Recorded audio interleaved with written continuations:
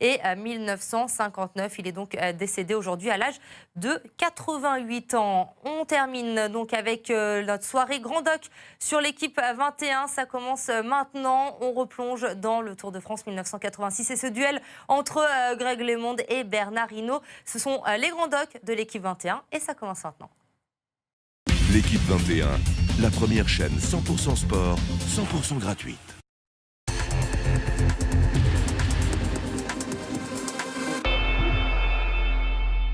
Et il est content, le père Bernard. Il est content. Ah non, ça sera premier Hinault, deuxième LeMond. Tu fais ton premier Tour d'Espagne, tu gagnes ton Tour d'Espagne. Ouais. Tu fais ton premier Tour de France, tu gagnes le Tour de France. Ouais. Dans la tête, pour nous, c'était clair. On avait deux leaders. LeMond qu'on attendait s'il crevait, Hinault s'il crevait qu'on attendait. Greg LeMond, c'est ce que j'ai appelé le nouveau cyclisme. C'est-à-dire qu'il arrive avec sa culture américaine, qui est d'avoir une culture business. Pour moi, il ne peut jamais gagner le Tour de France 85, sauf que j'étais là. Tu veux me dire qu'en 85, il n'a pas la force d'aller gagner le Tour, mais que vous lui avez dit « Ok, vas-y, si tu peux ». Si tu peux, si tu es capable de les lâcher, d'accord. Mais si tu n'es pas capable, tu réfléchis. Tu ne mets pas tout par terre.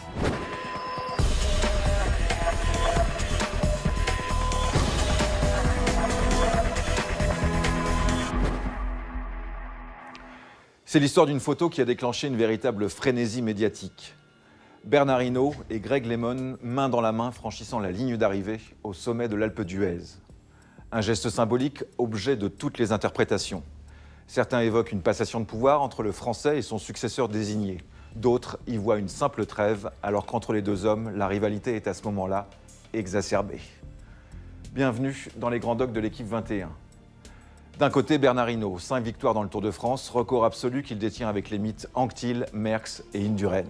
De l'autre, Greg LeMond, 3 succès sur la Grande Boucle, premier Américain vainqueur sur les Champs-Élysées.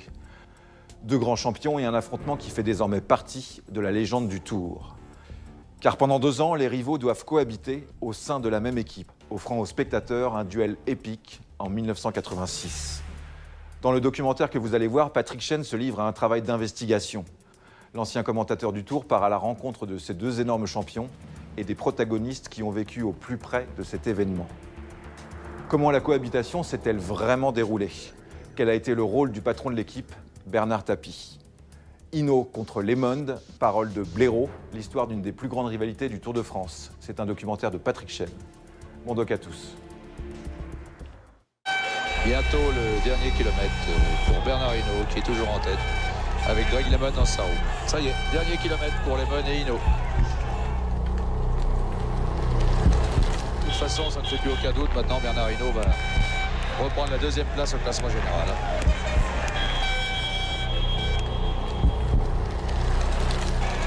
Justin, un braquet plus grand, à moins qu'ils terminent tous les deux en se tenant par l'épaule.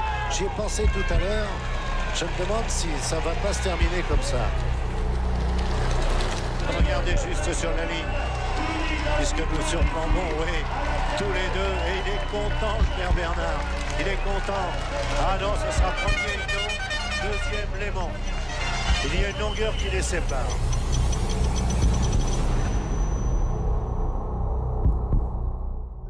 J'aurais tellement aimé y croire en cette image si belle, 2 immenses champions qui arrivent seuls au sommet de la mythique ascension de l'Alpe d'Huez. Nous sommes dans le Tour 86 et ce 21 juillet, on nous raconte la plus belle des histoires. On fait la plus légendaire des photos. Bernard Hinault a gagné son 5e Tour l'année précédente avec l'aide précieuse de Greg LeMond et le Français a promis de renvoyer l'ascenseur à l'Américain l'année suivante. C'est simple, non ? Et voici donc l'apothéose au sommet de l'Alpe d'Huez. Pas vraiment. La vérité est bien plus complexe. J'en ai été le témoin. Je couvre cette année-là mon 6e Tour de France. Je présente le journal du Tour sur la chaîne qui porte encore le nom aujourd'hui désuet d'Antenne 2. Je suis aux premières loges, en quelque sorte, témoin privilégié des exploits de Bernard Hinault depuis des années et tout aussi proche de Greg LeMond, avec qui j'ai tissé des relations de confiance. 28 ans plus tard, je vais retrouver la plupart des acteurs de ce scénario, en grande partie, vous le verrez plus tard, écrit par Bernard Tapie. Voilà qui vous donne une idée du style. 28 ans plus tard, les visages sont à peu près les mêmes. Bien sûr, les corps ont changé, les cheveux ont blanchi, Mais un champion, ça reste un champion. Toujours malin le champion, il ne lâche rien. Mais pour l'heure, installons les personnages. Quand il débarque en 81, avec Greg LeMond, on se parle en anglais. Ça facilite le premier contact. Mais le champion, le seul, le vrai, c'est Bernard Hinault. Il fait partie des Français qui gagnent. Platini, Prost, Noah, Hinault, une dynastie. Il a déjà gagné 3 Tours de France, un Tour d'Espagne, un Tour d'Italie. Il s'est offert la plupart des grandes classiques et bien sûr, le maillot arc-en-ciel de champion du monde sous les ordres de Cyril Guimard. Son truc, à Bernard Hinault, c'est la gagne. Rien ne l'arrête, il ne craint rien, ni personne. Tu fais ton premier Tour d'Espagne, tu gagnes ton Tour d'Espagne. Oui. Tu fais ton premier Tour de France, tu gagnes le Tour de France. Oui. La pression, tu connais pas? Non, c'est pas quelque chose qui, en compétition, ça n'a jamais été mon souci, ça. J'ai toujours été au départ d'une course en disant, bon, bah, je suis là pour faire la course, je suis là pour gagner, bah, il se passera ce qui se passera. Mais j'ai jamais arrivé en faisant, oh, je vais pas gagner. Non, non. Déjà, si tu pars avec le mental de dire, je suis là pour gagner, ça a déjà une bonne chance de gagner. Si tu dis, je viens vous faire deuxième, bah, tu fais deuxième. Les grands champions, par obligation, sont des hommes qui ont des qualités qui dépassent, on va dire, le commun des mortels. Et Bernard Hinault, ça se sent tout de suite dans son regard, dans sa façon de parler, dans sa façon dans l'effort de crisper la mâchoire. C'est un guerrier, c'est un tueur, mais dans le sens... Dans le bon sens du terme. Seule la victoire l'intéresse et la victoire lui donne la puissance. Et cette puissance, il en a besoin. C'est un gagneur. C'est-à-dire que son objectif, c'est... Il prend le départ, et avec cette phrase qu'il a souvent dite, ils ont 2 jambes, 2 bras, une tête, ils ne sont pas plus forts que moi. Et il disait même, quand je souffre, ils ont autant mal que moi, si ce n'est plus. Donc, dès qu'il prenait le départ, c'était pour aller gagner une course. En 1979, 7 ans avant cette fameuse arrivée de l'Alpe d'Huez, Bernard Hinault gagne déjà son 2e Tour de France. Greg LeMond, lui, est sacré champion du monde junior. Ce succès n'a aucun écho dans son pays, mais Greg LeMond se promet de faire changer les choses en devenant champion du monde un jour, puis en gagnant le Tour. Est-ce que vous êtes un nouveau Bernard Hinault? Je ne sais pas. Bernard est très très bon. Il est difficile pour moi. C'était aussi un vrai guerrier qui avait une autre attitude, bien sûr, une attitude différente de celle de Bernard, une attitude différente de celle de Laurent Fignon, mais indépendamment de son potentiel, et lui aussi du charisme qu'il avait, de ce qu'il dégageait, je l'ai quand même vu une fois mettre une droite dans la figure, pour pas dire dans la gueule, de son directeur sportif. C'était au Tour de Bretagne, au granitier breton. Et Greg LeMond est en position de pouvoir gagner. Et son mécano, il a une crevaison, le mécano ne réagit pas assez vite. Il prend le vélo, il le balance, c'était dans les monts d'Arrée, et il le balance sur le bord de la route. Et là, je me suis dit, et il abandonne, il quitte la course, alors qu'il pouvait encore revenir dans le peloton et gagner. Je me suis dit, c'est un caractère bien trempé, différent évidemment dans l'approche de Bernard Hinault, complètement différent de Bernard Hinault, mais avec la même volonté, le même désir de vaincre. Greg LeMond, c'est ce que j'ai appelé le nouveau cyclisme. C'est-à-dire il arrive avec sa culture américaine, qui est d'avoir une culture business. Il n'y a pas de sentiment, on ne fait pas dans le sentiment, on fait dans le business. Et c'est son père notamment qui s'occupe de ses affaires. Et ça surprend beaucoup à l'époque. Bernard Hinault et Greg LeMond vont donc passer 2 années ensemble dans l'équipe Renault. Mais à cette époque, l'Américain ne gêne pas le Français. LeMond se contente d'écouter, de regarder et d'apprendre. Bernard Hinault, lui, vit assez mal l'arrivée des jeunes insolents, Laurent Fignon ou Pascal Jules. Cyril Guimard laisse faire, il aime l'émulation. Hinault n'apprécie pas, mais pas du tout. T'es agacé cette année-là, t'es agacé parce que il y a des petits jeunes qui arrivent dans l'équipe, un certain Laurent Fignon aussi, tu vois, ils te chambrent un peu, ils osent des choses qu'avant les jeunes n'osaient pas. Ça, c'était pas encore le plus gros des soucis pour moi. C'est qu'avec Cyril, on s'entendait plus, et à partir du moment où on s'entend plus, il me restait encore 2 ans de contrat. Je dis, moi, je ne peux pas continuer. Il y a le fait aussi que Laurent Fignon gagne le Tour de France. Et là, quand Fignon gagne le Tour de France, c'est en 83. Bernard Hinault n'est pas au départ, puisqu'il vient de gagner le Tour d'Espagne. Et il est blessé, donc il ne peut pas faire le Tour de France. Et d'un seul coup, on se retrouve dans l'équipe avec 2 coureurs qui ont gagné le Tour de France. Donc à partir de ce moment-là, on sait qu'ils ne peuvent pas rester ensemble. Indépendamment, on va dire, du choc culturel tel que vous l'évoquez. Puis il y a un 3e larron qui arrive, parce que ce 3e larron, on sait le potentiel qu'il a. Et on sait qu'il a le potentiel pour gagner le Tour de France. et pas que le Tour de France, c'est Greg LeMond. Et donc Bernard, avec, allez, on va dire tous les alibis qui sont mis, toutes les raisons qui sont mises autour, mais qui sont des habillages, et comme en plus il y avait Tapie qui était arrivé, donc les habillages il sait faire, donc Bernard est parti, mais la chose était normale, elle était logique. Nous sommes en 1984. Bernard Tapie débarque dans le cyclisme, comme il l'a fait dans le monde des affaires, où il s'est spécialisé dans la reprise d'entreprises en difficulté. Bernard Tapie va bouleverser les habitudes. Le cyclisme, qui n'a pas beaucoup évolué depuis l'après-guerre, ne l'intéresse pas. Bernard Tapie, qui vient de racheter la société Look, va entrer dans le cyclisme par la case business. Il va casser les codes pour gagner tout de suite. La rencontre avec Bernard Tapie, donc on arrive avec toute l'équipe, toutes les structures, tout était bien monté, le budget. Il dit, je ne veux pas savoir combien ça me coûte, si on fait affaire. Ce qui m'intéresse chez toi, c'est la technique. Je viens de racheter une société qui s'appelle Look, qui fabrique des fixations de ski, qui travaille 2, 3 mois, 4 mois dans l'année, et après, il n'y a plus rien. Et le complément du ski, c'est le vélo. Il dit, alors, si tu me fais une pédale automatique, je sais. D'accord, je vais te la faire. C'est sous la marque La Vie Claire, qu'il a racheté également, que Bernard Tapie aligne une équipe dans le Tour 84. Hinault en est le leader, mais à peine remis d'une lourde opération du genou, il ne peut pas prétendre à la victoire finale. C'est Fignon et l'équipe Renault de Guimard qui va l'emporter. Et Bernard Tapie s'impatiente. Un leader ne suffit pas, il en veut 2. Il va débaucher Greg LeMond chez Renault avec un gros chèque. Il va avoir Hinault et en même temps, il va récupérer LeMond. Ce qui est assez extraordinaire, c'était quand même les 2 grosses pointures. Hinault, parce que bon, l'image nationale, il sait qu'il est capable d'un challenge. Puis, Tapie aime bien les challenges. Parce que quand il prend Hinault, souvenez-vous, Hinault est blessé. Il a été opéré du genou et on ne sait jamais trop s'il va revenir au niveau. Donc il y a un pari. What about Bernard Tapie? Bernard Tapie, when he hired me, he came to me in L'Alpe d'Huez 1984, and with a woman on a motorcycle, brown hair, like this, like James Bond. And this mysterious woman came up to me and goes, Monsieur LeMond?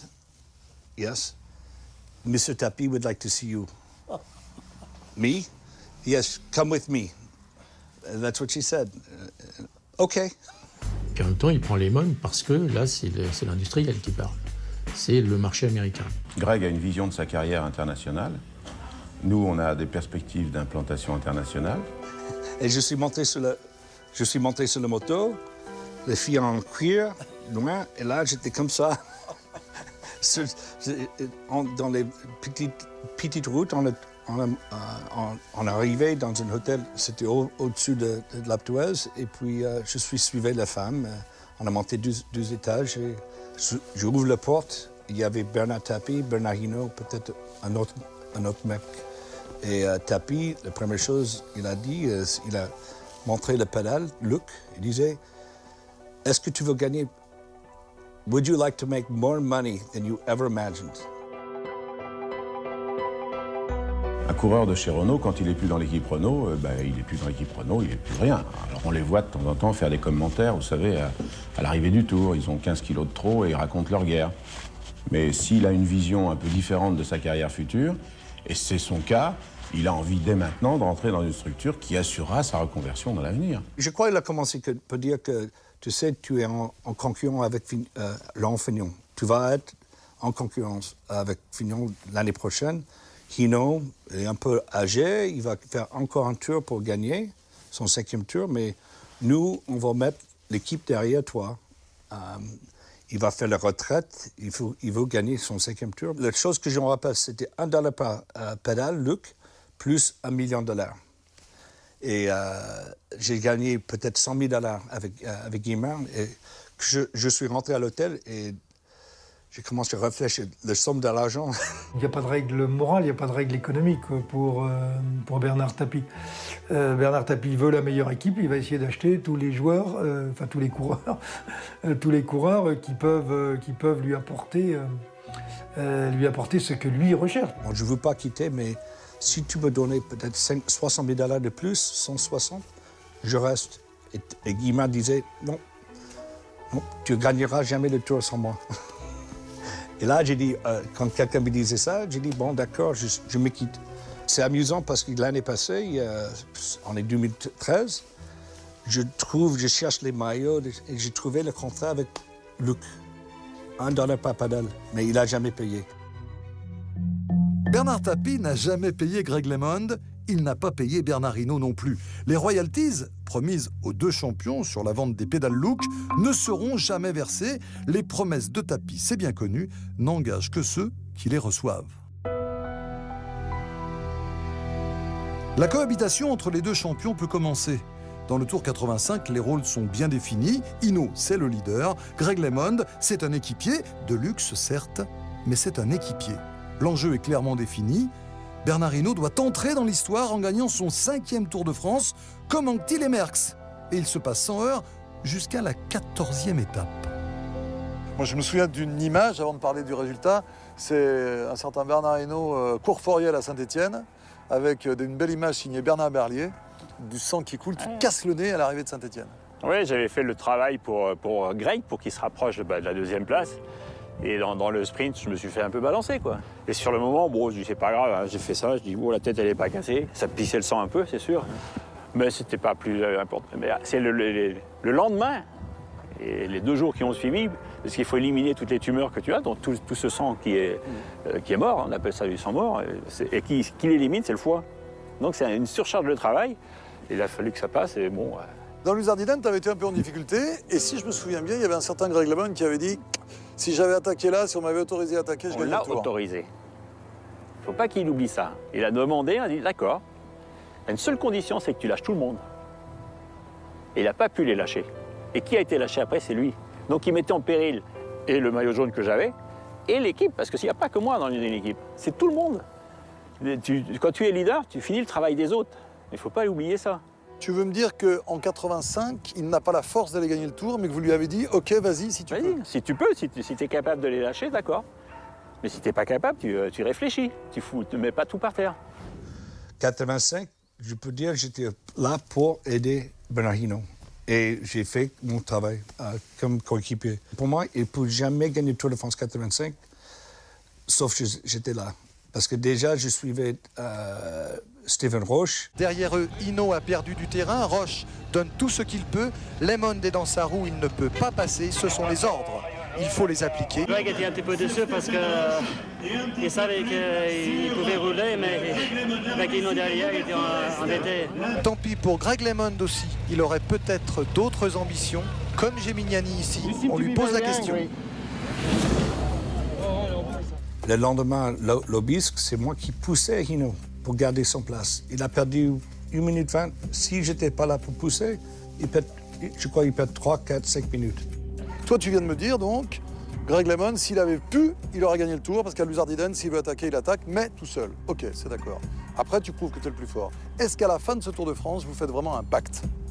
À l'arrivée du Tour, je lui ai dit, je serai avec toi pour que tu gagnes le Tour 86. Et je ferai ce qu'il faut pour que tu gagnes. Alors maintenant, un 6e tour? Non, ça suffit. Bah, 6 fois, comme ça, vous aurez battu Anquetil, vous aurez battu Merckx. Non, vainqueur. 6 fois vainqueur. Il faut aussi donner un peu l'expérience que l'on a, et je pense que Greg, l'année prochaine, aura besoin de moi. S'il annonce dès le départ que c'est Greg qui gagnera, ça veut dire que Greg est le vrai leader de l'année prochaine. Cette fois-ci, le décor est bien posé. Nous arrivons à ce fameux Tour 86. Maurice Le Guillou s'apprête à vivre son 2e Tour de France comme directeur sportif de l'équipe La Vie Claire. Maurice Le Guillou, un de ceux qui connaît le mieux Bernard Hinault. Breton comme lui, il a été très longtemps son coéquipier. Jean-François Bernard, lui, il a 24 ans en 86. C'est déjà un champion très prometteur. Un peu impatiente peut-être, la presse en fait parfois le potentiel successeur français de Bernard Hinault. Alain Descroix, lui, est mécano dans l'équipe La Vie Claire, un fidèle parmi les fidèles. Comme Maurice Le Guillou, il a quitté Renault en 85 pour suivre Bernard Hinault.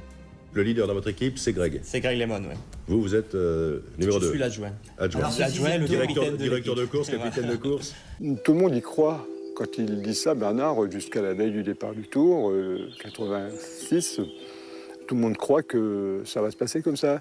Et C'est vrai que Bernard, tout son début de saison, n'avait pas été très brillant. Il nous a même donné des signes d'inquiétude sur sa condition physique dans pratiquement toutes les courses. Je pense que, 85, il avait bien rempli ses objectifs en gagnant le Tour d'Italie et le Tour de France. Et avec l'aide de Greg, que ce soit au Tour d'Italie ou au Tour de France, ainsi que les autres équipiers. Donc, et quand il l'a dit, je pense qu'il était sincère, parce que c'est un homme sincère et qui est respectueux de sa parole. Et donc je ne pense pas qu'il trichait. Il sait que c'est sa dernière année, puisque depuis longtemps, il a annoncé qu'il arrêterait sa carrière le jour de son anniversaire. Donc au mois de novembre 1986, il sait qu'il ne sera plus coureur cycliste et il a la possibilité de gagner une 6e fois le Tour de France et être le premier coureur à réussir un pareil exploit. On imagine tout ce qui doit se passer dans la tête de Bernard Hinault. Dans la tête, pour nous, c'était clair. On avait 2 leaders. Lemon qu'on attendait s'il crevait, Hinault s'il crevait qu'on attendait. Mais au départ, tout se passe bien, comme tout s'était pas trop mal passé, on va dire, dans les courses auparavant, avant le Tour. Au moment où, dans le Tour de France 86, l'année 85, c'était absolument, il va travailler avec, pour moi, comme leader. Mais je sais bien quand tu peux dire ça un an, mais un mois en avance, si je marche mieux, et si je suis supérieur, ou même égal, il va travailler pour moi. Il doit bien se rendre compte qu'il en a déjà gagné 5, que s'il en gagne 6, c'est quand même celui qui en gagne le plus. Mais je pense que oui, tout ça, il n'y pense pas. Il s'est dit, putain, c'est bon, j'ai sa parole et tout. Je vais au Tour, je gagne. Ah, mais pas facile avec Pépère. Hein. On arrive, la première semaine, on n'a pas existé. On a Greg LeMond, on a Bernard Hinault et Jean-François Bernard. Et on est inexistant dans le Tour de France, les tapis. Il est arrivé de me téléphoner le soir, il me dit « Mais Maurice, qu'est-ce que vous foutez? On ne vous voit pas, merde, qu'est-ce que vous foutez ?» C'est le langage tapis. Hein. Et bien je dis « Attendez, attends. J'arrive demain. » Je dis « Non, on ne veut pas te voir avant Nantes, viens à Nantes. » On n'avait pas de sprinter pour gagner des étapes sur le plat. Hein. Donc voilà, quoi. Il est gentil, Bernard, mais de toute façon, bon, c'est Bernard Tapie. Il arrive, je vais le chercher à l'aéroport de Nantes. On était logés, je me rappelle très bien, au Novotel. Il dit « Maurice, on réunit tout le monde tout de suite. Je vais leur remonter les bretelles. » Je dis « Non, pas comme ça. » Il s'est calmé, du calme, il y a des mécaniciens travaillaient pour le lendemain, le contre-la-montre et tout. On se calme, non, on ne va pas faire comme ça. Il a fumé une cigarette ou deux, d'ailleurs il fumait un peu à l'époque. Puis il s'est calmé, et puis le soir, il dit « Maintenant, on peut faire un petit briefing. Le boss va nous parler un peu, quoi. » Et il arrive avec le grand sourire. Les mecs, félicitations. Vous avez couru d'une manière exceptionnelle. On ne vous a pas vu de la semaine. Vous êtes frais comme des bébés. Ça commence demain. Nantes pour la 9e étape du Tour de France organisée par l'équipe et le Parisien. Nantes contre la montre individuelle avec celui qui pour l'instant a réalisé le meilleur temps, Bernard Hinault. Sur le dernier kilomètre de sa course, il doit battre Lemon 1:19:30 secondes. Est-ce que Bernard Hinault, dans 200 mètres, aura amélioré ce temps? Oui, 1:18:47. Voilà donc le classement actuel, Bernard Hinault. C'est le premier temps fort du Tour. Terminé. À partir du moment où il y a le chrono, après ça donne déjà... voilà, je veux dire, ça remet tout le monde à sa place, et qui est placé, qui n'y est pas... et maintenant, après, on attaque la montagne. Avant le Tour, j'ai déjà entendu un peu de bruit, mais aussi dans un journal, qui disait on va décider le leader après le contre-la-montre. Et là, j'ai fait le contre-la-montre, et moi, j'ai crevé, j'avais cassé le roue, et j'ai perdu 40 secondes, mais je suis certain j'ai perdu 1 minute et demie de plus. Ça veut dire que moi, j'ai fini 2e, lui a gagné, et dans sa tête, c'était pas en accord avec moi. C'est lui qui disait ça au journaliste, et aussitôt après, il a gagné. Il n'a jamais pensé que j'ai crevé. Dans sa tête, il a gagné. Je suis le leader. Et là, déjà, j'étais piégé. Crevaison, je pense que ce jour-là, si en changeant de roue, si on y laisse 20 secondes, voilà, je pense qu'il n'aurait pas gagné, même s'il n'avait pas crevé. C'est sûr que s'il gagne le contre-la-montre, dans l'équipe, que ce soit équipier et encadrement, on dit bon, voilà, le leader, voilà, il a prouvé que vraiment, il est le plus fort. Mais voilà, on est au premier contre-la-montre, il n'a pas prouvé qu'il était le plus fort. il a un ennui mécanique, enfin une crevaison. Mais ceci dit, il n'a pas dominé Bernard, quoi. C'est la confirmation qu'on a 2 leaders chez nous. On a Lemon et on a toujours Hinault qui est là, présent, avec les meilleurs et qui est là au chrono. Après, on ne sait pas ce que va faire Hinault dans la montagne. Et je crois que c'est à ce moment-là que doit se poser quelques questions ou que beaucoup de gens s'en posent pour lui. Tiens, dis donc, ce serait bien un 6e tour. Ouais.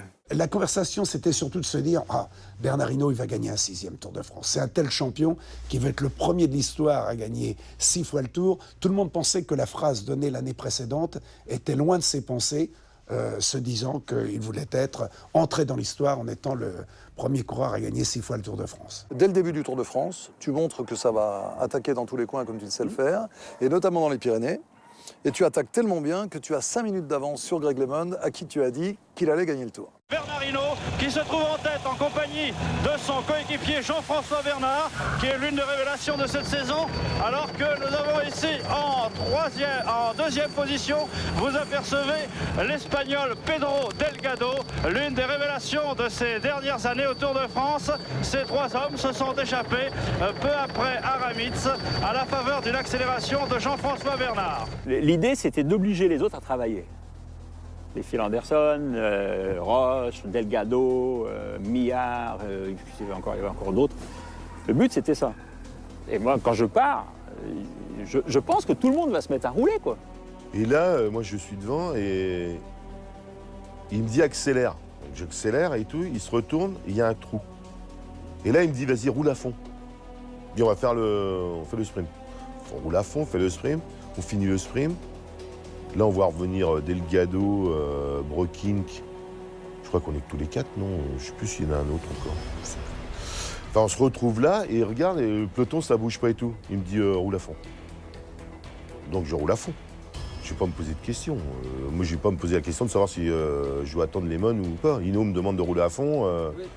J'ai 24 ans, je roule à fond. Hein. On n'avait jamais demandé à Bernard d'attaquer dans le premier col. Dans la première étape des Pyrénées, ça ne servait à rien. Et surtout pas d'attaquer et de rouler avec un adversaire de la taille de Delgado. Lui attaquait dans le ravitaillement, avant le ravitaillement. Et moi, j'ai vu les Français, même Jean-François Bernard, ils ont discuté avec l'Espagnol. Mon équipe, ils ont discuté avec les Espagnols. Il y a une attaque dans le ravitaillement. Et là, tu n'attaques jamais dans le ravitaillement. C'est jusqu'avant. Et puis, j'ai pris le musette. Et déjà, il avait 3-4 minutes en avance. Et Greg, on communiquait et dit « Maurice, qu'est-ce qui se passe ?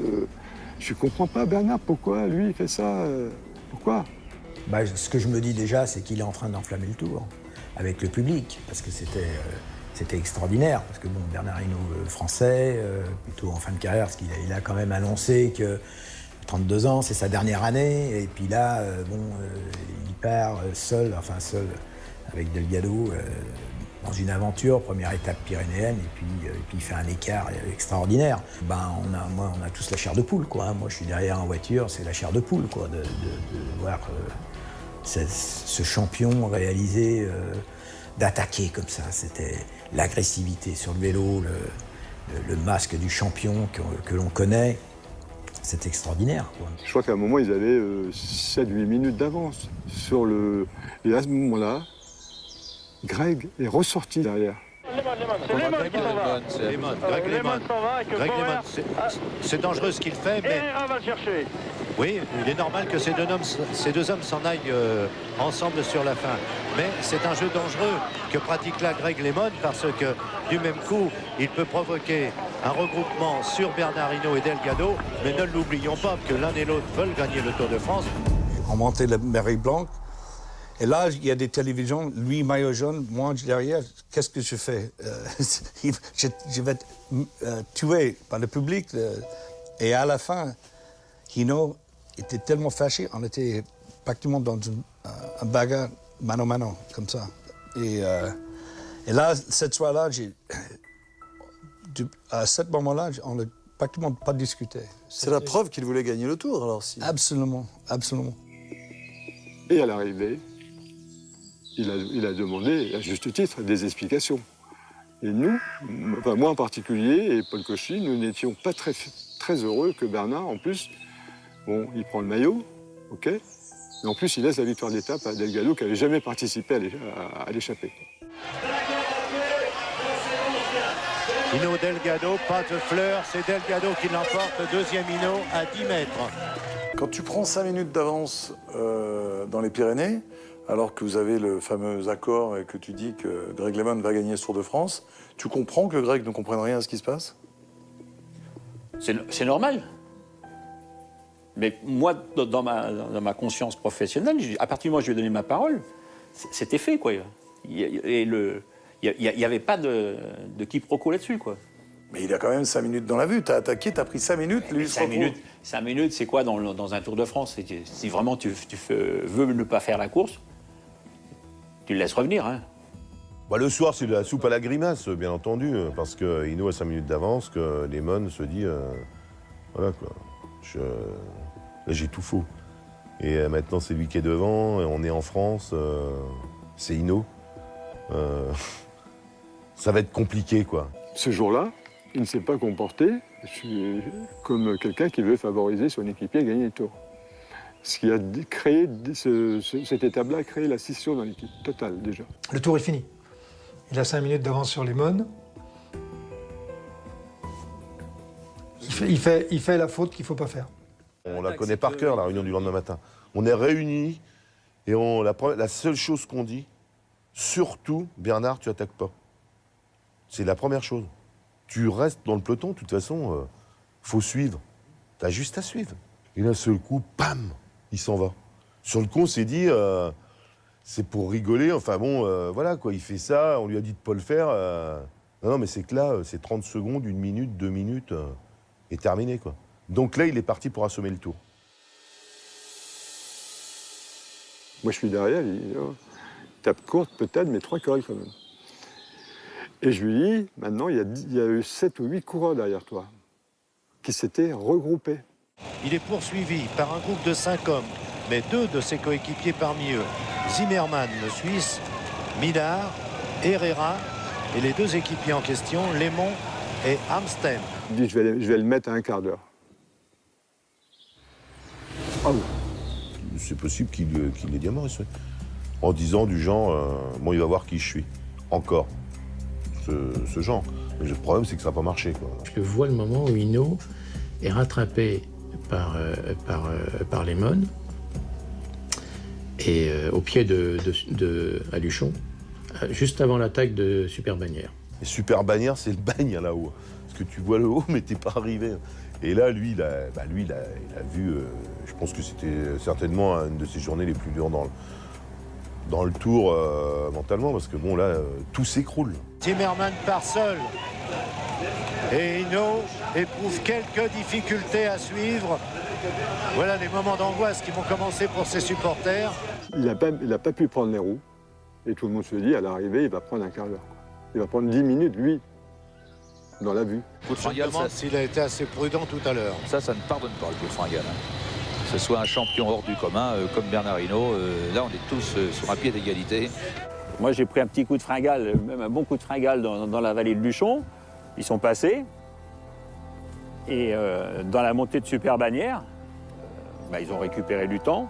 Un LeMond là qui essaie de faire le maximum. C'est à l'arraché.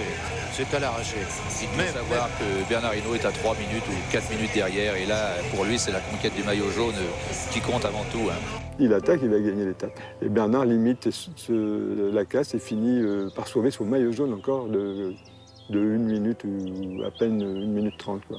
Il n'était pas content, Greg LeMond, ce jour-là. Il t'a reproché d'avoir attaqué dans la descente. Il n'a qu'à suivre. Tu comprends quand même Greg LeMond qui s'inquiète, parce que si t'as pas la fringale, comme tu le dis, dans la vallée, t'arrives là-haut avec 5, 7, 8 minutes d'avance sur LeMond, le Tour il est plié. Non, j'aurais attendu. J'aurais attendu dans la... Bernard, t'es un gagneur, t'es un winner.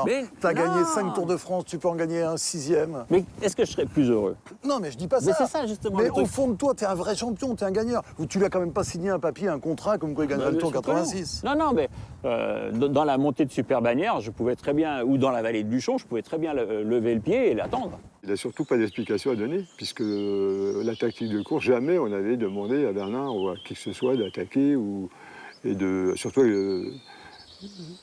avec le numéro de bluff qu'il y avait eu la veille, en fait.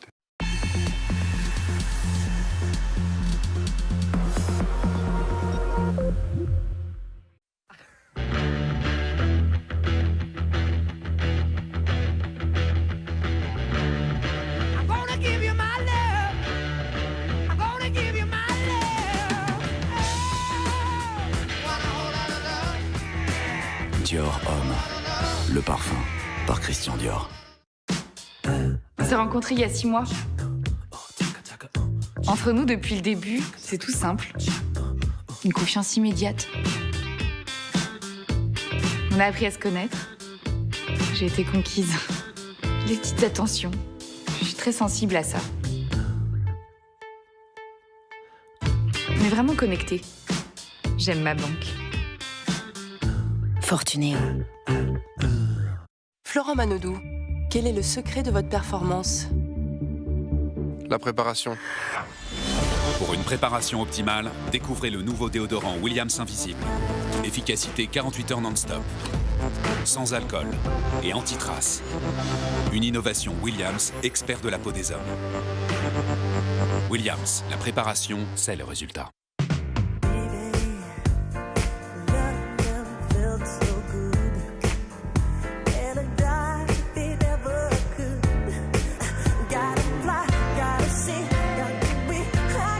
De la légendaire Jeep au sommet du luxe. Laissez-vous séduire par la nouvelle génération de Jeep pour une liberté sans limite. Nouvelle Jeep Cherokee, à essayer chez votre distributeur Jeep. Plus d'informations sur jeep.fr. J'entretiendrai mes capacités physiques. Je protégerai les populations. Pour moi, pour les autres. S'engager.fr.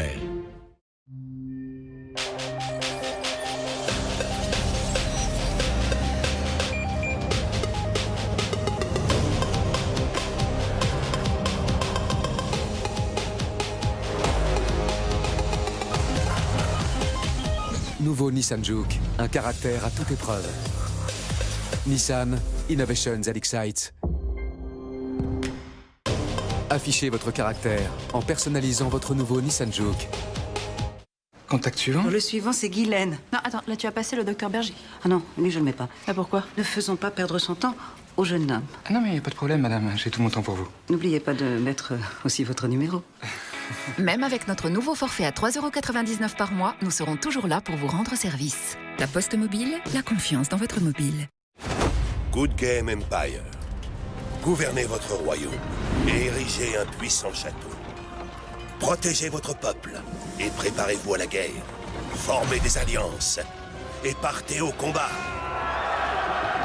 Jouez à Good Game Empire sur empire.fr. Les mecs, je crois que j'ai vraiment trouvé la meilleure appli pour parier. Ouais, c'est ça. Et puis ton chat, il s'est mis à la muscu.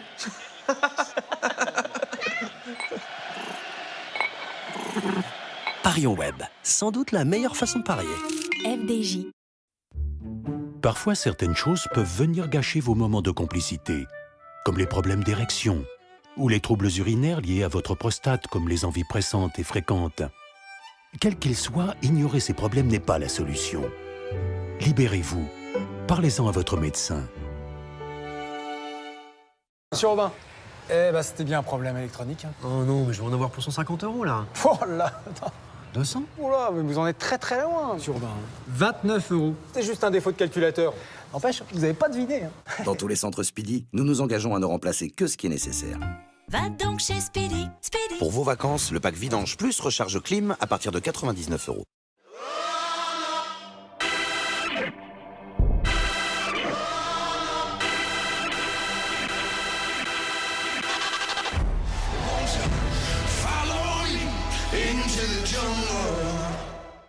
Ah, la garantie de votre voiture? Aucun risque avec notre révision constructeur. Va donc chez Speedy. Speedy. Une nouvelle sorcière Bubble est arrivée en ville.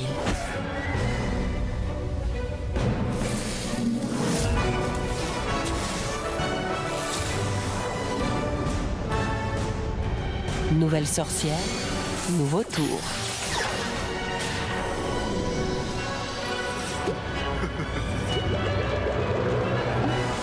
Bubble Witch 2 à télécharger maintenant. Dans les grandes compétitions, Head & Shoulders répond présent, en nous donnant la confiance nécessaire pour prendre le match en main et célébrer chaque but. Avec Head & Shoulders, rien ne peut interrompre ces moments, pas même les pellicules, pour que chaque victoire nous rapproche. Head & Shoulders.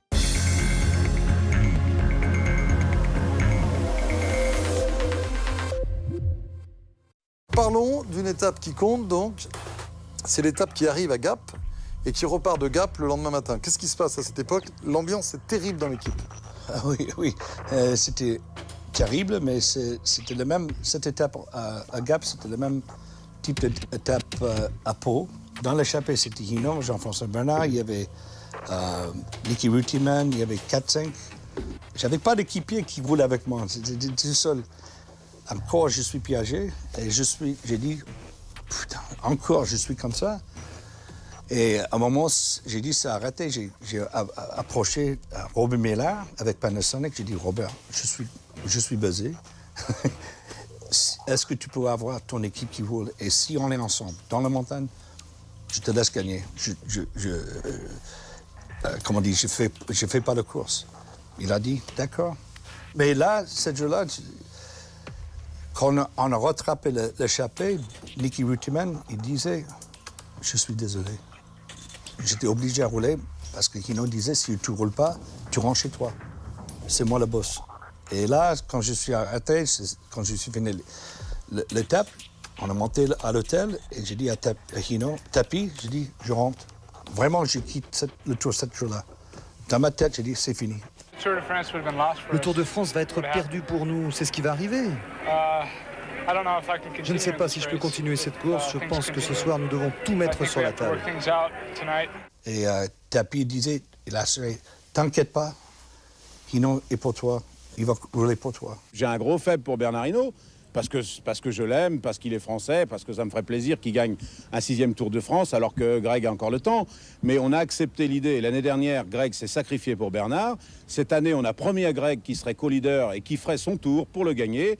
Et on a comme objectif que le meilleur gagne. Et je suis sûr que c'est le meilleur qui gagnera. Bernard Tapie, en plus, il y avait un certain, vous savez, c'est pas faux, il avait pour Look des intérêts aux États-Unis.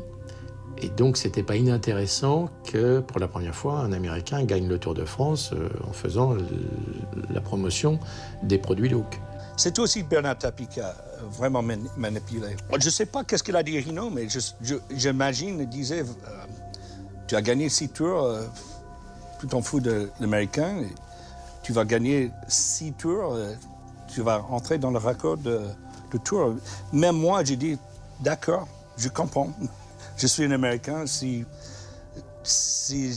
mais c'est pas correct, mais je crois que c'était la mentalité de Tapie. C'était plutôt... il était très bon pour manipuler les coureurs. Bernard Hinault et Greg LeMond ne sont plus équipiers. Les voici adversaires. La cassure est profonde, les relations violentes. Bernard Hinault ne fera pas de cadeau. Ce n'est ni Bernard Tapie, ni les dirigeants de la Vie Claire qui désigneront le vainqueur du Tour 86. Ce sont en fait les Alpes qui vont décider. Un terrain à la hauteur de l'enjeu. C'est Greg LeMond qui attaque dans l'Izoard et s'en va gagner l'étape. Il a repris le maillot jaune, mais on ne va pas en rester là. Ce serait trop simple. Il y a quand même un peu de peine, oui. Il y a quand même un peu de peine, oui. Bah oui, parce que là, c'est en train de basculer. Je dirais, le Tour, il est en train de basculer, là. Donc autant, il y avait toujours... on ne savait jamais ce qui pouvait se passer. Mais là, on sent que, bon, le Tour est quand même en train de basculer. Donc il y a cette étape de l'Alpe d'Huez qui est encore là. Lorsqu'ils viennent à la signature le matin, ils sont déjà dans la course. C'est pas la peine d'essayer d'esquisser la moindre interview. On sait déjà qu'ils sont dans le Tour. Et puis maintenant, c'est un bras de fer entre les deux. Ce matin, l'état de santé de Bernard Hinault inquiète. Son mollet douloureux, soigné au laser ce matin et qui lui faisait donc mal hier, va-t-il tenir aujourd'hui? Pour moi, peut-être il avait mal au genou, mais c'était pas si mal qu'il a fini l'étape avec moi à l'Alpe d'Huez. Hinault va démarrer pour obliger Zimmermann à produire l'effort.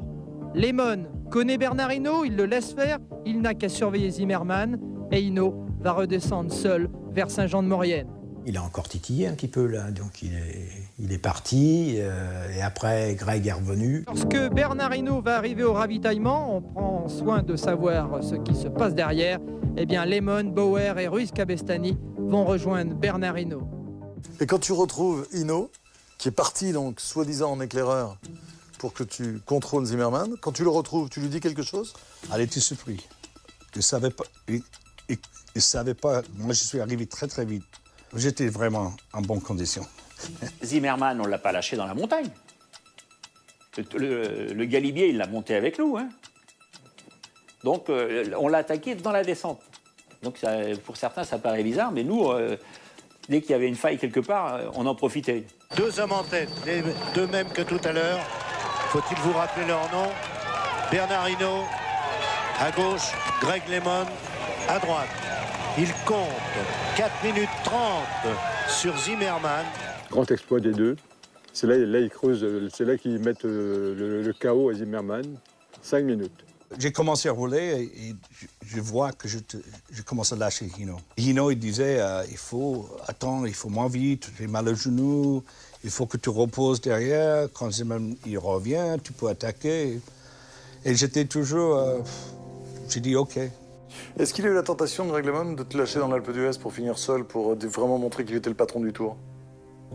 Je pense pas, non. Non, je lui dis, tu restes tranquille, mais là, on va monter bien, on va monter un bon rythme, puisque Zimmermann, je crois qu'il a plus de 5 minutes. Mais pour assurer vraiment la première et deuxième place.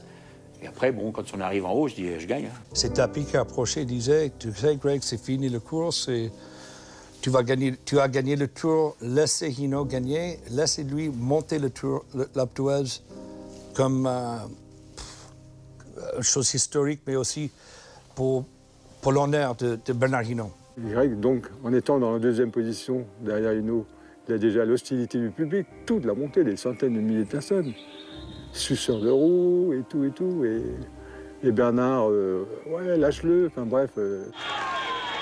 Un Lemon qui n'a pas l'air très à l'aise quand même. Hein. C'est bien mon sentiment, je vous le disais depuis 5 minutes. Comme j'ai dit, il y a toujours peut être un fan fanatique qui peut me frapper. Et finalement, aux derniers 500 mètres, j'étais comme ça. J'étais, c'est fini. Quand est-ce qu'elle vient l'idée d'arriver main dans la main? C'est spontané comme ça au dernier moment? Et son dernier mètre? Vous en parlez pas dans la montée, jamais? Non. Qui a l'idée? Je pense que c'est moi. J'ai approché Bernard, j'ai dit, bon, tu vas gagner l'étape, je suis content, félicitations. Parce que bon, je suis devant, et en même temps, je me retourne, et puis je lui prends la main, et on la lève ensemble. D'abord, il te tient un peu par l'épaule à un moment. Oui, c'est possible, ouais. Il te prend un peu par l'épaule, bah oui, après il s'écarte, et après tu lui prends la main. Voilà. Vraiment, j'ai félicité pour sa carrière, pour l'amitié. C'était sincère, c'était quelqu'un que j'avais beaucoup de respect. Et c'était comme mon grand frère. Quand tu lui dis je gagne, il est tout de suite d'accord. Il ne pose pas de questions. Bah, lui, il avait le maillot jaune, le tour était assuré, à moins d'une grosse défaillance. Sur l'eau. S'il passe un peu d'avance, il est obligé de le passer. Et je crois qu'ils sont assez à Je vais essayer de regarder juste sur la ligne, puisque nous surplombons, oui, tous les deux. Et il est content, Pierre Bernard. Il est content. Ah non, ce sera premier Hinault, deuxième Lemon. Il y a une longueur qui les sépare. Et j'ai fini l'étape, c'était bien, jusqu'à l'émission de Jacques Chancel. Exact. Mais maintenant, c'est sûr, Greg Lemon va gagner le Tour de France. On n'est pas rendu au bout, hein, je dis. Alors, maintenant, on peut se faire la guerre tous les deux. Maintenant qu'on a assez d'avance. Allez-vous vous faire la guerre tous les deux? Vous êtes premier Greg Lemon, deuxième Bernard Hinault. J'espère pour la beauté du spectacle. On ne va pas s'endormir demain matin. Si on se fait une guerre, ce sera une guerre loyale et ce sera le plus fort qui gagnera. Pourquoi pas jouer tout ça sur le compte de la montre? Tu vois dans les yeux, j'étais comme ça. Qu'est-ce que tu as dit? Greg Lemon, vous aussi. Ah, vous êtes obligé alors de contre-attaquer là. Je ne vais pas attaquer. Non, comment vous n'allez pas attaquer? Mais pourquoi? Vous avez entendu ce qu'il a dit? c'est le plus fort qui gagnera. Oui, mais moi, je pouvais attaquer l'année passée aussi. Qu'est-ce que tu veux faire? C'est pas vrai. Maurice, tu as entendu? Qu'est-ce qu'il dit maintenant? Mais je croyais que c'est fini, qu'il a décidé. Mais non, non, non, c'est pas fini. Il a dit que lui, il va attaquer demain. Pourquoi tu n'as pas dit ça en bas, Il voulait encore te défier et encore te pousser. Ah oui, il a dit que c'est pas fini jusqu'à le contre-la-montre. Je suis mal à l'aise parce que je me dis, Lehman, il va en avoir jusqu'au bout, mais nous aussi. Jusqu'au bout, ça va être tendu. Quoi. Bernard Hinault, j'ai toujours entendu dire qu'une course, elle est gagnée quand on franchit la ligne d'arrivée. Donc là, on est à l'Alpe d'Huez, il reste encore quelques étapes, notamment un contre-la-montre, et tout peut arriver. Dans la tête, il commence déjà à se poser plein de questions, et c'est là qu'il part après dans un peu quand même dans son délire, quoi. Greg doit le reconnaître maintenant. Vu des journalistes, c'est un vrai roman policier. On dit même que tu prends ton vélo le soir et que tu le mets dans ta chambre, parce que tu as peur qu'on le trafique. Oui, un peu, mais moi, peut-être j'ai caché moi, j'ai caché je ne sais pas, j'ai caché toute la course. Je crois que c'est quelques courses, juste pour le contre-la-montre. Il y a des gens qui te disaient de faire attention?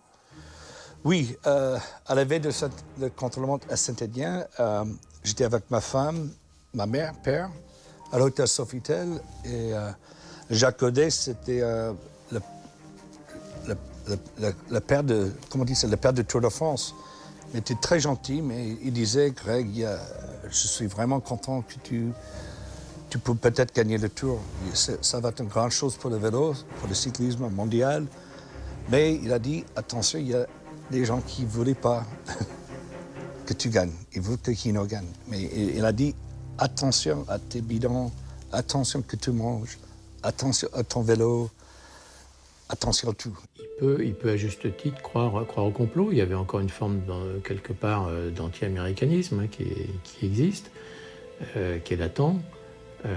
Donc oui, tout ça fait que, oui, il croit au complot, oui, il le craint. Je peux comprendre de mettre son vélo dans sa chambre, parce que une fois quand on est dans les hôtels, on se retrouve plusieurs équipes. Une fois qu'on a terminé notre travail le soir, les vélos sont mis dans des salons de l'hôtel, et comme il y a plusieurs équipes, donc on met les vélos tous ensemble. Enfin, chaque équipe a un compartiment, mais en fait, les vélos sont à la portée un petit peu de tout le monde. Et donc, effectivement, ça peut être quelqu'un d'autre, quelqu'un dans le public, quelqu'un de l'hôtel, quelqu'un extérieur à la course qui peut venir bricoler un vélo de qui que ce soit. Moi, j'ai eu peur longtemps pas pour sa santé, mais pour sa sécurité. Il était en danger quand même. Ouais. Le duel. Hinault s'est lancé un défi. Un de plus. Un défi américain. 2 minutes 43 secondes à combler pour détrôner Lehman. Ce contre-la-montre, on trouve deux hommes, ces deux champions très concentrés. Et en fait, je peux comprendre que Bernard, il a envie de gagner ce contre-la-montre, sans penser qu'il peut gagner le Tour de France. Et Greg dit, je vais gagner ce contre-la-montre, qu'il a déjà battu Hinault plusieurs fois dans les contre-la-montre. Il dit, je vais gagner le contre-la-montre, comme ça on saura, le public français saura que je n'ai pas eu de cadeau, que je suis le plus fort. Hinault, même repoussé, le repousserait quand même dans ses derniers retranchements jusqu'au bout, pour voir s'il était vraiment capable d'assumer son rôle de leader jusqu'au bout. Et puis Bernard l'a fait jusqu'au bout. Moi, j'ai mis à fond. Hein. Ouais. J'ai dit, tu vas aller le chercher, hein. Tu vas pas le gagner comme ça. Hein. Hinault, qui fait mieux que Greg Lehman et qui est peut-être en train de gagner son pari. Lehman, lui, le maillot jaune, va-t-il le transcender? Il est tombé dans un virage en virant à droite, là. Ça te fait marrer? Bah oui. Quand j'ai fait le contre-la-montre, j'ai tombé dans le dernier virage, mais ma femme, elle croyait que c'était une chose mécanique. Elle pleurait, elle croyait que c'était préféré. J'allais trop vite dans les virages. Et c'est là que sa femme et puis sa mère ont dit « Ouais, vous avez tiré la boîte des pédaliers, vous avez fait tout vous faire tomber. » J'ai dit « Mais non, on n'y touche pas. On a chacun notre mécano. » Et puis, je pense qu'il faut être honnête, c'est fini l'époque où ils se mettaient des bâtons dans les roues pour pas que l'autre y gagne. Hein. Mais la malchance s'abat sur Lehman. Il est obligé de changer de vélo. Il repart. Mais tout de même, la chute, le changement, ça fait des secondes perdues.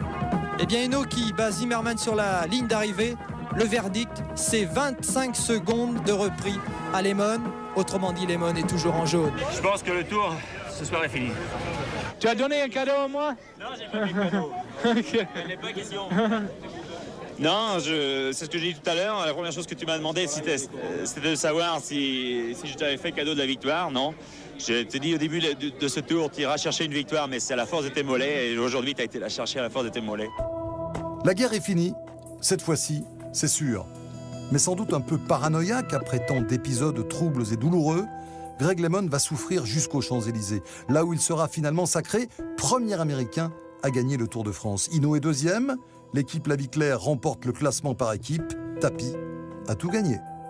Après 86, c'était un peu, pas dépressif, mais c'était moins, un peu dépressif. Mais la seule chose... À ce point-là, tu n'as pas apprécié la victoire à ce point-là? Non, parce que tout le monde disait qu'il a gagné le Tour. Tu gagnes un Tour contre un des plus grands, mais je suis certain qu'il n'y a aucun coureur dans l'histoire du vélo qui devait faire un bagarre, vraiment faire la course contre un très grand champion. Qui était dans son équipe. Qui était dans la même équipe, oui. Plus avec les personnalités de Tapi et c'était vraiment bizarre. S'il ne se passe pas tout ça, tu penses qu'il gagne peut-être pas le Tour? C'est possible. Pourquoi il n'aurait pas gagné le Tour? Est-ce qu'il fallait qu'il attaque un peu? Ou alors il a fallu qu'il suive tout le temps Zimmermann. Et Zimmermann l'aurait peut-être déposé. On n'en sait rien. Maintenant, pour une histoire comme un film ou un livre, c'est bon. Mais à la moment, c'est ta vie. Et quand tu es dans une situation avec des gens qui manipulent, c'est difficile. Ça touchait beaucoup. Je crois, même ma carrière, ça a changé. J'avais moins confiance en les gens, mais toujours naïf.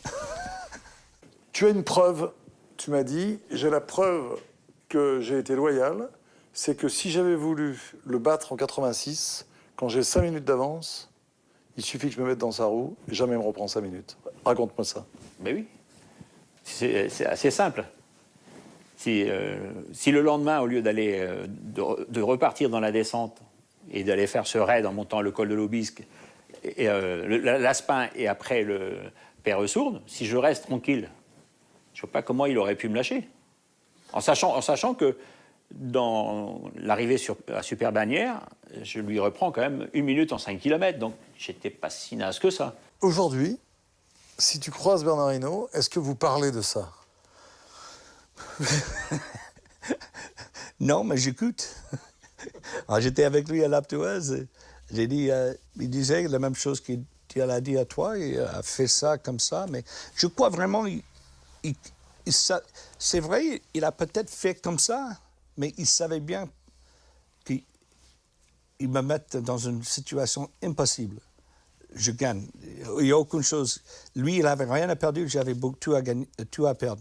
Moi, je pars du principe que dans la compétition, tu te bats comme un chiffonnier. Tu te bats parce que c'est la compétition. Mais la compétition finie, tu dois être capable de manger ensemble. Et puis de rigoler. Et de dire, t'as vu la branlée que t'as pris aujourd'hui? Et tu lui réponds, non, non, demain, c'est toi qui vas en prendre une. Et c'est ça le plaisir du jeu, le plaisir de la compétition. À 19 ans, je suis passé pro avec Bernard Hinault. C'est comme tu passes pro avec Eddie Merckx. Mais Guimard disait que tu vas être le prochain Hinault, et quand tu fais ton premier Tour de France, tu dois faire pour gagner. Mais pour moi, c'était toujours dans l'ombre d'un gong. Et je crois que ça a changé la façon que je cours. Même comme j'étais moins agressif, peut-être à cause de relations avec Hinault, c'était comme ça que...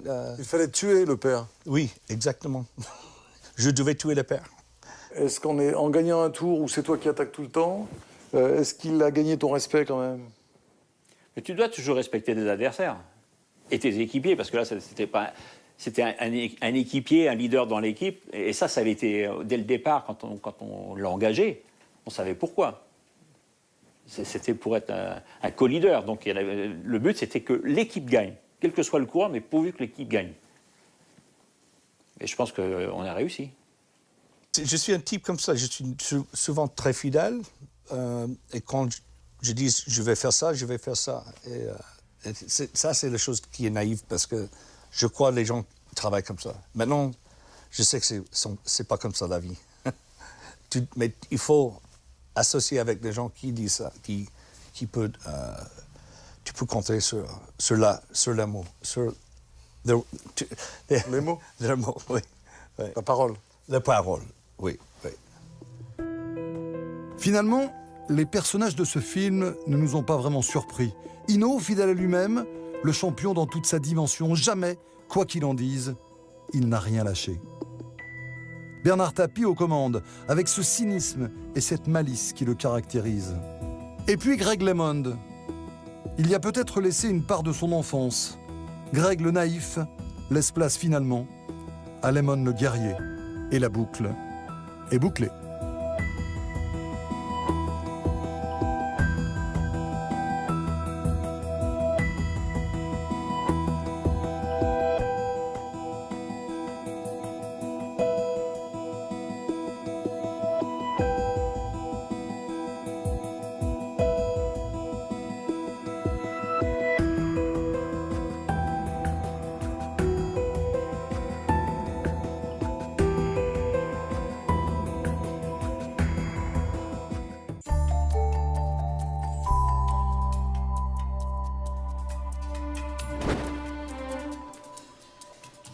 Merci de nous avoir suivis. On se retrouve très vite pour un nouveau numéro des Grands Docs sur l'équipe 21.